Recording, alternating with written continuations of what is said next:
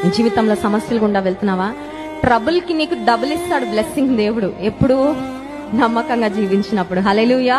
Double for trouble. యోబు గ్రంథం ఆఖరి అధ్యాయానికి వచ్చి చూసినట్లయితే యోబు కోల్పోయినదంతా రెండంతలుగా దేవుడు ఇచ్చాడంట. ఒకవేళ ఈ రోజు నువ్వు శ్రమ గుండా వెళ్తున్నావేమో, సమస్యల గుండా వెళ్తున్నావేమో, నీ జీవితంలో వేదన తప్ప, ఏడవడానికి కారణాలు తప్ప సంతోషించడానికి ఒక్క కారణం కూడా లేదేమో, ఒకటే మాటను, దేవుని నేను స్తుతిస్తా. ఈ స్థితిలో దేవుని స్తుతిస్తా. నా పరిస్థితుల వైపు నేను చూడను, దేవుని ఘనపరుస్తానని దేవుని హృదయపూర్వకంగా స్తుతించు. దేవునికి ఇష్టమైన ఒక్క మాట కూడా రానివ్వద్దు. కంట్రోల్ చేసుకో, నిగ్రహించుకో. దేవుని మహిమపరిచే విధంగా నీ పలుకు, దేవుని మహిమపరిచే విధంగా నీ జీవించు. రెండంతల మేలు దేవుడు నీ జీవితంలో కలుగ చేస్తాడు. ఎవరికైనా మనం అన్యాయం చేసేటప్పుడు మనం గుర్తుపెట్టుకోవాలి, మనం ఎవరికి అన్యాయం చేస్తున్నాం వారి పక్షంగా ఎవరుంటారనమాట? దేవుడు. అది కూడా చాలాసార్లు మర్చిపోతుంటారు విశ్వాసులే. ఇప్పుడు నా చేతిలో పవర్ ఉంది, ఇప్పుడు నా చేతిలో అధికారం ఉంది, ఇప్పుడు నా చేతిలో డబ్బులు ఉన్నాయి కాబట్టి నేను ఏం చేస్తే అది నడుస్తుంది. అఫ్ కోర్స్ నడవచ్చేమో, కానీ నువ్వు ఎవరిని బాధిస్తున్నావో, ఎవరికి అన్యాయం చేస్తున్నావో వారి పక్షంగా దేవుడు నిలబడతాడు. ఎందుకంటే బాధింపబడుచున్న వారికి ఆయన న్యాయము తీర్చును అనే మాట దేవుని వాక్యంలో వ్రాయబడింది. సో దేవునికి ఆపోజిట్ సైడ్ మనం ఉన్నామంటే అది మనకి ఎప్పుడు మంచిది. ఆ దేవునితో పోరాడి గెలిచిన వారి ప్రపంచంలో ఎవరు లేరండి. దేవునితో మనం పోరాడగలిగే అంత సత్తా కానీ, అంత సామర్థ్యం కానీ, అంత శక్తియుక్తులు, బలం ఈ లోకంలో ఏ మనిషికి కూడా లేవు.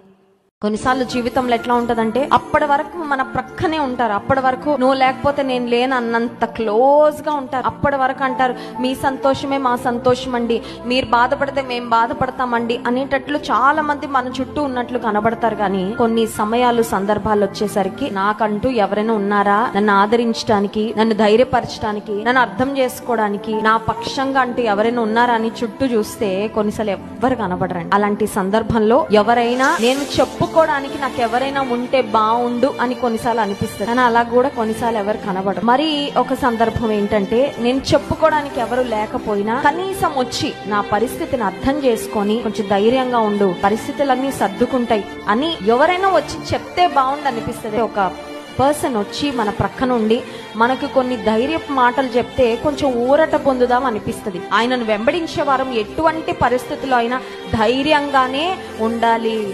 ఈ లోక సంబంధంగా మనం అడిగేటప్పుడు మనుషుల్ని అడగడానికి, దేవుణ్ణి అడగడానికి ఒక తేడా ఉంటుందండి. మనుషుల దగ్గర అడగడానికి మన చెయ్యి చాపితే మన విలువ తగ్గుతుంది, అవునా కదా? మనుషుల దగ్గర చెయ్యి చాపితే ఏమవుతుందండి? మనుషుల దగ్గర మన విలువ తగ్గుతుంది. ఎందుకంటే వాళ్ళు కిందకి చూస్తారు, మనం నన్ను అడుగుతున్నావా, నా మీద డిపెండ్ అవుతున్నావా అనగానే చులకన అయిపోతాం. కానీ దేవుణ్ణి అడిగితే మన విలువ పెరుగుతుంది. ఒకసారి స్తోత్రం చెప్దామా? హల్లెలూయా.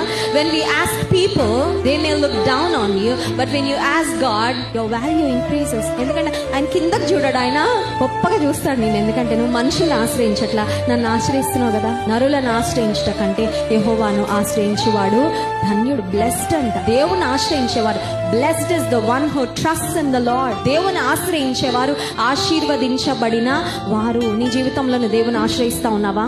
కొన్నిసార్లు మనం మన శక్తిని ఆశ్రయిస్తూ ఉంటాం, మన బలాన్ని ఆశ్రయిస్తూ ఉంటాం, మన జ్ఞానాన్ని ఆశ్రయిస్తూ ఉంటాం. నీకు ఒక మాట తెలుసా? ఈ దినము నువ్వు ఇతరులకు చేసే మేలు, ఈ దినము నువ్వు చేసే ప్రార్థనలు, నీవు చేసే సత్క్రియల యొక్క ఆశీర్వాదము, ఫలము నీ ఒక్క తరంతోనే అయిపోదు. నీ తర్వాత తరాలు కూడా వాటిని ఎక్స్పీరియన్స్ చేయబోతున్నాయి. నమ్మిన వారి స్తోత్రం చెప్దాం. హల్లెలూయా.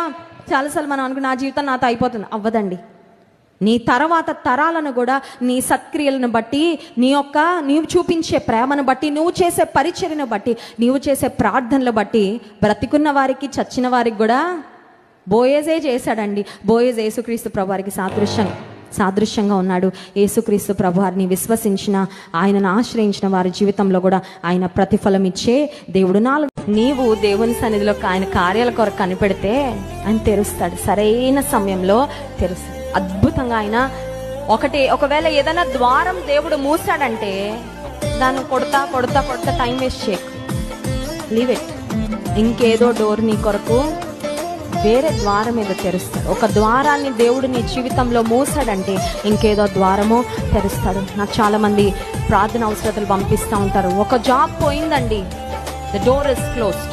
మంచిగా జీతం వచ్చేది, కుటుంబం మంచిగా నడిచేది, జాబ్ పోయింది, I don't know what to do. ఇప్పుడు ఏం చేయాలో నాకు తెలీదు.